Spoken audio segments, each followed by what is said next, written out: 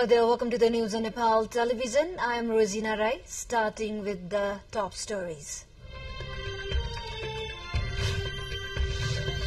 After inspection of nomination papers, the candidate list of National Assembly election is set to publish today, final list to be public tomorrow.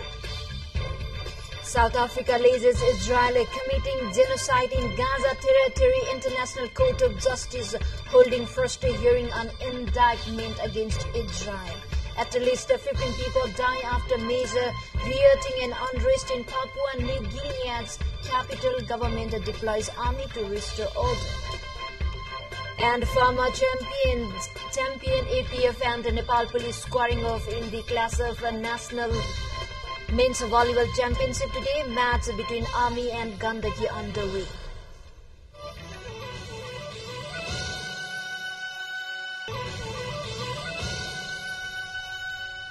Welcome back, and now news in detail. The list of candidates for National Assembly election, which is scheduled for 25th January, is set to be published today, following the registration for nomination. After inspection of nomination papers and qualifications, the names of candidates of the National Assembly will be made public today. Last Monday, a total of 52 individuals had registered their candidacy for the 19 seats in the National Assembly across 7 provinces. Yesterday was the final date for the candidates to withdraw their names for the National Assembly election. Today's announcement marks the final list of the candidates as determined by the Election Commission as part of the election schedule. The candidates will be provided with election symbols to represent them in the National Assembly. The ruling coalition has formed a committee to coordinate the upcoming election of members of the National Assembly. A meeting of the ruling alliance parties held a meeting yesterday and formed a coordination committee comprising a leader of Nepali Congress, Ramesh Lekhak, Barsaman Poon from CPN Mahar Center, Rajendra Pandey from CPN US, and Manish Suman of Janata Samajwadi Party.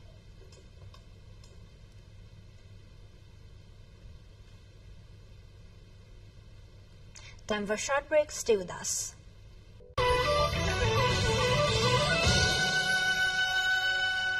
Welcome back. You're watching Nepal Television News. Now we have remaining national and international updates.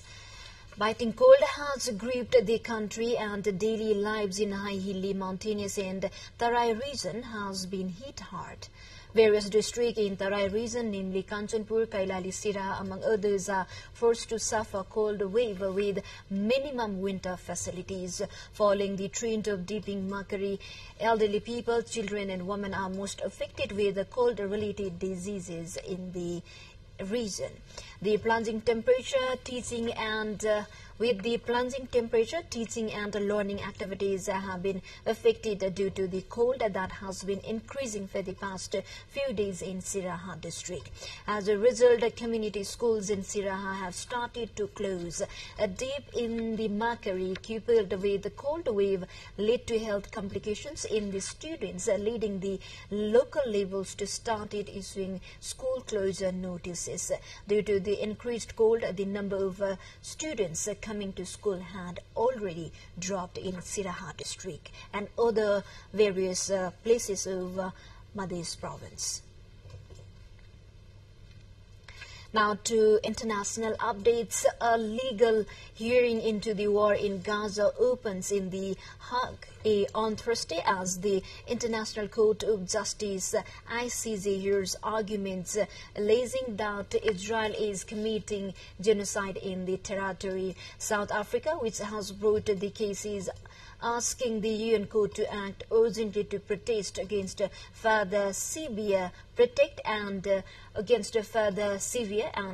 irreparable harm to the rights of the Palestinian people under the Genocide Convention, which continues to be violated with impunity. It comes as the assault on Gaza launched in response to the 7th October attacks on Israel by Hamas, in which militants killed 1,200 people, mainly civilians, and took 240 people hostage, continues to wreak a devastating toll there.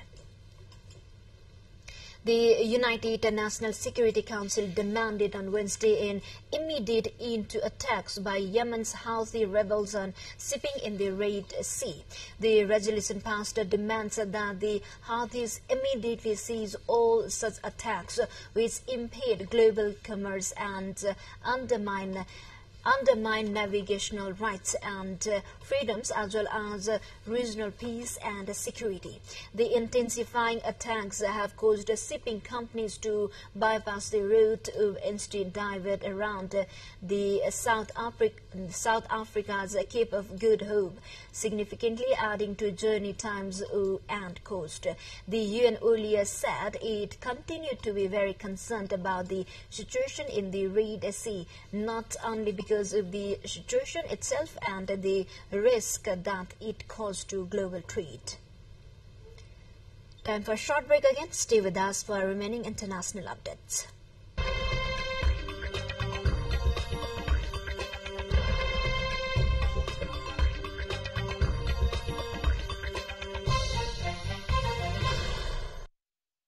Keeping with us, now we have remaining international updates. At least 15 people have been killed in Papua New Guinea as Prime Minister James Marape appealed for calm after police worked out overpay and the protesters descended into rioting and looting. 8 people died in the capital port Moresby, while 7 more were killed in Lae in the country's north. The Australian Broadcasting Corp reported, citing an update from police. Television footage showed thousands in the streets of Port Moresby on Wednesday, with many carrying what appeared to be looted goods. The Chinese embassy said the Chinese-owned business had been targeted and an unspecified number of its citizens had been hurt. Marape told a news conference on Thursday that police reinforcement had been flown into Port Moresby and the situation in the capital had calmed. Bird flu has made its way into fur and elephant seal populations for the first time on the sub-Antarctic island of South Georgia. A team of scientists confirmed on Thursday, setting off alarm bells for conservationists as the highly contagious disease has already killed millions of birds worldwide. Scientists first suspected the presence of avian influenza near Antarctica in October 2023, following the death of several brown squaw seabirds on Bird Island, part of the British Overseas Territory of South Georgia and the South Sandwich Island. Then elephant seals started dying in mass.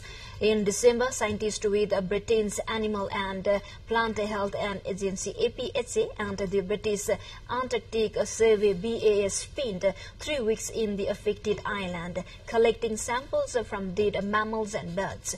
Those samples tested positive for bird flu, H5N1, and in elephant seals, fur seals, brown squaws, kelp, gulls, and Antarctic tens, scientists said Thursday. To the more updates, before that, let's have a quick look into the highlights of the site.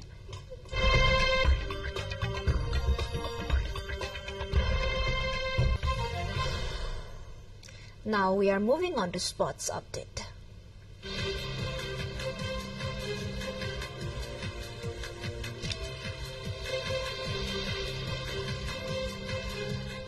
Former champion APF and Nepal police are squaring off in a title clash of National Men's Volleyball Championship being held at Surkhet today.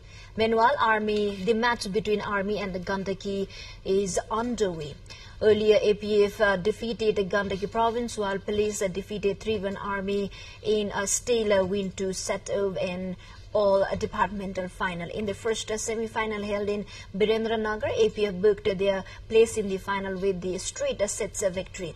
APF were the victors 25-23, 25-20, and 25-15. With this, we come to the end of this news bulletin, but before we say goodbye, quick reminders of the top stories again. After inspection of nomination papers, the candidate list of National Assembly election is set to publish today. Final list to be published tomorrow. South Africa alleges Israel committing genocide in Gaza territory. International Court of Justice holding first hearing on indictment against Israel. At least 15 people die after major rioting and unrest in Papua New Guinea's capital. Government deploys army to restore order. And former champion APF and Nepal police squaring off in title class of National Men's Volleyball Championship today. Match between Army and Gandaki under. Well, this is all we have for this moment. Until our next bulletin, keep watching Nepal television. Have a good day ahead. Namaste.